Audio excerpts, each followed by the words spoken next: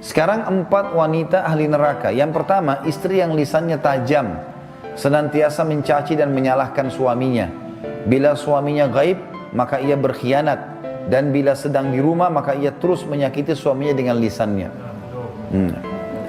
Jadi harusnya hati-hati.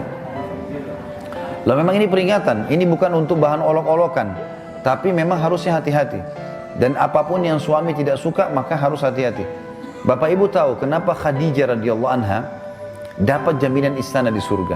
Jadi pernah satu kali Khadijah radhiyallahu anha saking cintanya dengan Nabi SAW dan taunya bagaimana taat dengan suami, sampai tidak pernah Khadijah radhiyallahu anha mendahului perkataan Nabi SAW. Tidak pernah. Nabi kalau sudah bicara baru Khadijah jawab.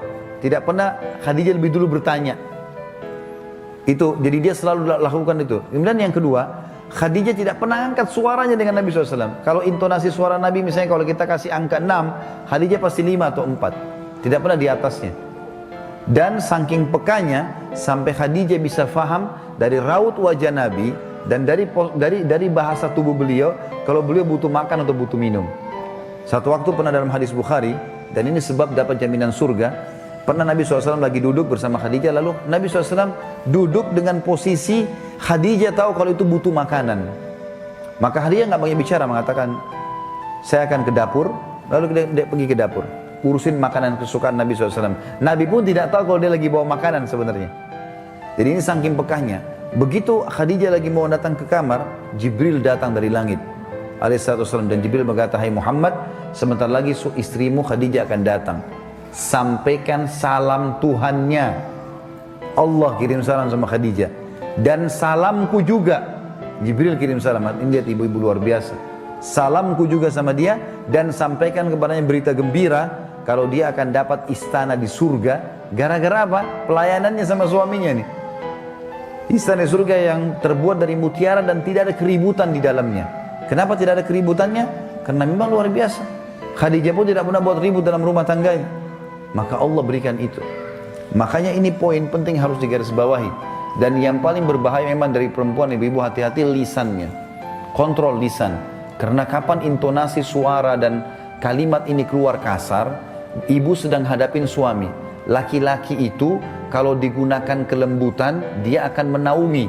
Ibu gunakan kekasaran, dia akan hadapi seperti hadapi laki-laki. Ibu jangan marah banting piring. Kalau banting piring satu, suami banting satu rak. Ya. Ibu nggak usah mau gaya-gaya pukul pintu, dia bisa robohin pintu, gitu kan. Nggak usah pakai kekerasan karena laki-laki lebih kuat.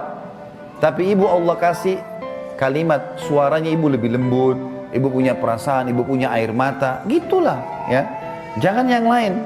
Nggak usah pakai cara laki-laki, berbahaya. Yang kedua adalah istri ahli neraka, ya. Perempuan, istri yang membebani suaminya di luar kemampuannya. Ibu tahu nggak, subhanallah, ada penelitian Bapak Ibu sekalian, banyaknya terjadi masalah, laki-laki yang koruptor, ada masalah apa segala, di belakangnya istrinya. Penelitian itu, secara global, persentase terbesar, laki-laki yang buat kriminal dan kesalahan di belakangnya ada istrinya.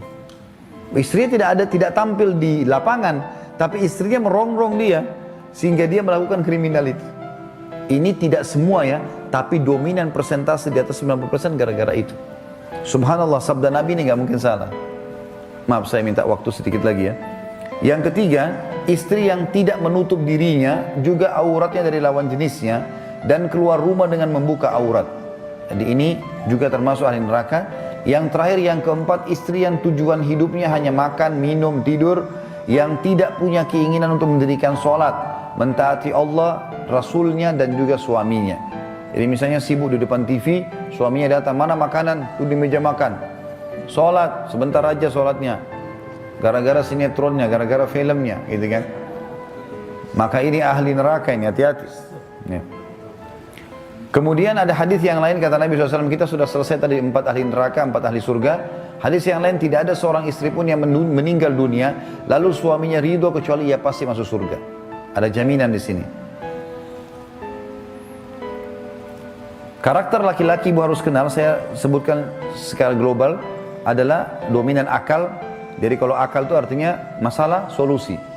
Kemudian dia butuh dihormati kepemimpinannya. Biarkan dia mengambil keputusan, kita tinggal jawab pada saat ditanya. Jangan mendominasi. Mendominasi akan bentrok dengan karakter laki-laki. Tidak bisa sejalan nanti. Kemudian kalau mau memperbaiki, suami atau laki-laki tidak suka dihardik. Ya, tidak suka dihardik. Kamu salah, kamu begini, kamu begitu. Itu tidak bisa. Akan bentrok. Walaupun dia salah, dia akan menyerang. Itu karakter. Sama tidak suka digurui. Ya. Kemudian sebaliknya, suami suka diterima kasih. Ya. Ibu harus ucapkan itu. Kemudian juga dia suka diterima keputusannya, walaupun keputusan itu sederhana. Ya.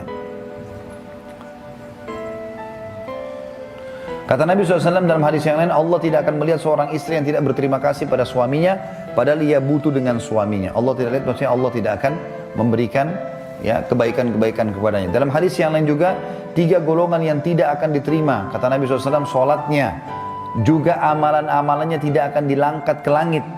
Seorang budak yang lari dari tuannya sampai ia kembali. Yang kedua, seorang istri yang suaminya marah padanya sampai suaminya itu ridho kepadanya. Dan yang ketiga, orang mabuk sampai dia sadar.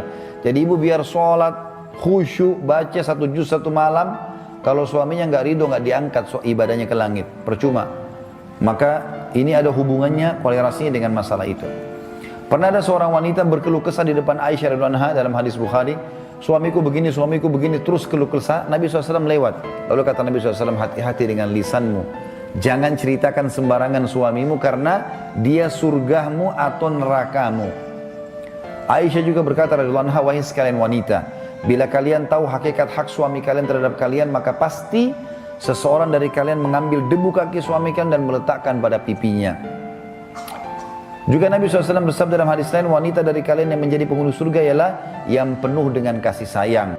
Yang bila dia berbuat salah atau suaminya berbuat salah, maka dia mendatangi suaminya dan meletakkan tangan di atas tangan suaminya, seraya berkata di malam hari pada saat mau tidur, aku tidak akan tidur sampai engkau ridho kepadaku. Ya perlu ibu-ibu tahu, sebenarnya kalau laki-laki pun buat salah, pada saat ibu datang kepada suami mengatakan, kalau memang saya yang salah maafin ya, itu malah muncul naungan. Kalau ibu makin merendah maka akan muncul naungan, maka dia akan mengakui kesalahan. Ini umumnya ya. Kemudian kita bicara tinggal 2 kewajiban lagi. Tadi yang pertama ketaatan, yang kedua adalah masalah biologis. Dan ini penting sekali karena salah satu syekh di Saudi di Mesir menulis buku, dan saya lagi bedah bukunya, diterjemahkan bahasa Indonesia, namanya Mahkota Pengantin. Beliau mengangkat penelitian sebagian ulama tentang masalah sperma laki-laki. Salah satu komposisinya itu ada api. Makanya sperma itu panas ya. Salah satu karena dia darah gitu kan, dari darah. Kemudian dia kena tergabung dengan hikmah Allah, dari menjadi dia berubah warna dan dia punya komposisi api. Jadi dia memang panas. Nah ini kalau tidak dikeluarkan maka akan berpengaruh pada emosi. Jadi kalau ibu-ibu punya suami suka marah-marah, masalahnya di situ saja.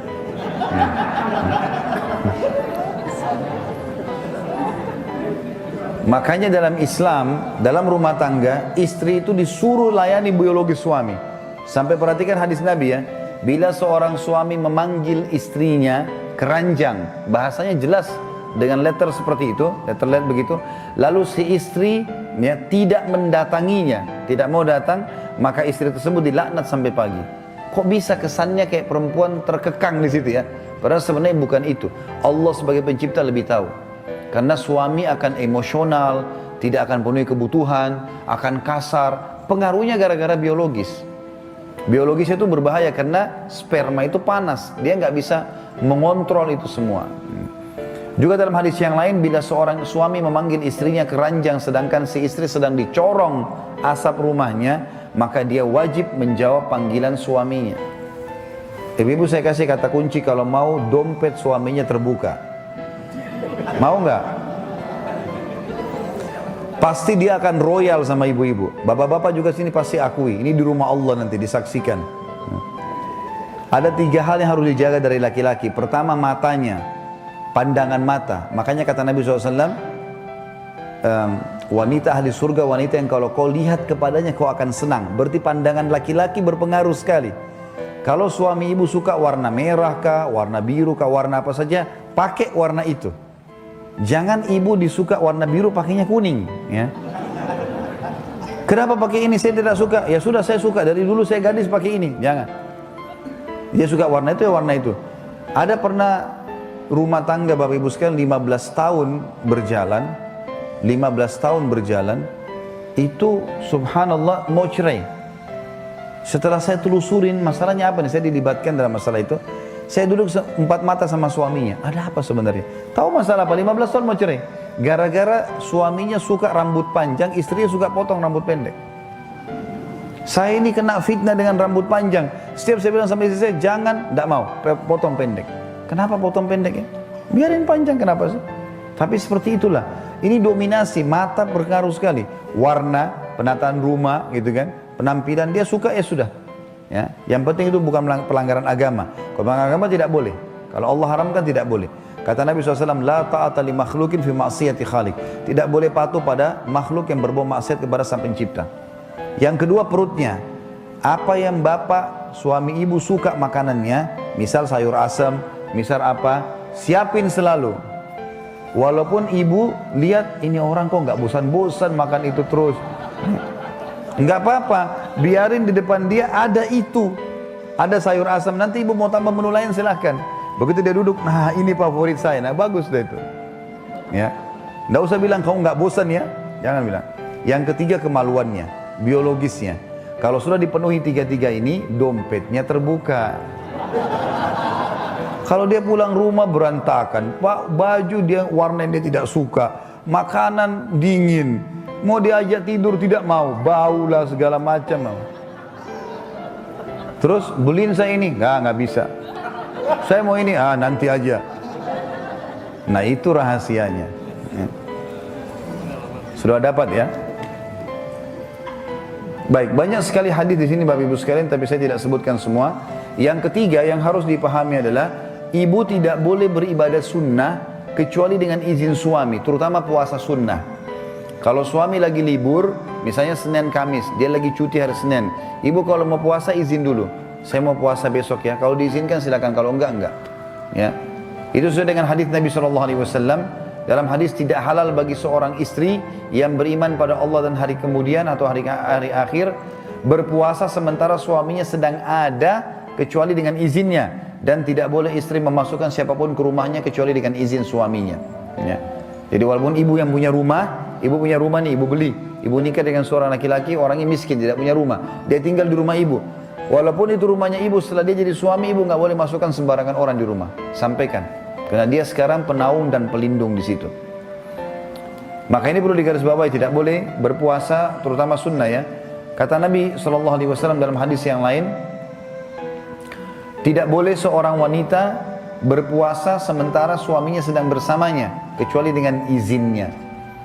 Sama juga kalau bapak ibu kita kan kalau bakti sama orang tua, perhatikan perbedaan antara ketemunya haknya Allah wajib dengan hak wajibnya makhluk. Jadi misal sholat 5 waktu, kan itu wajib kita ya.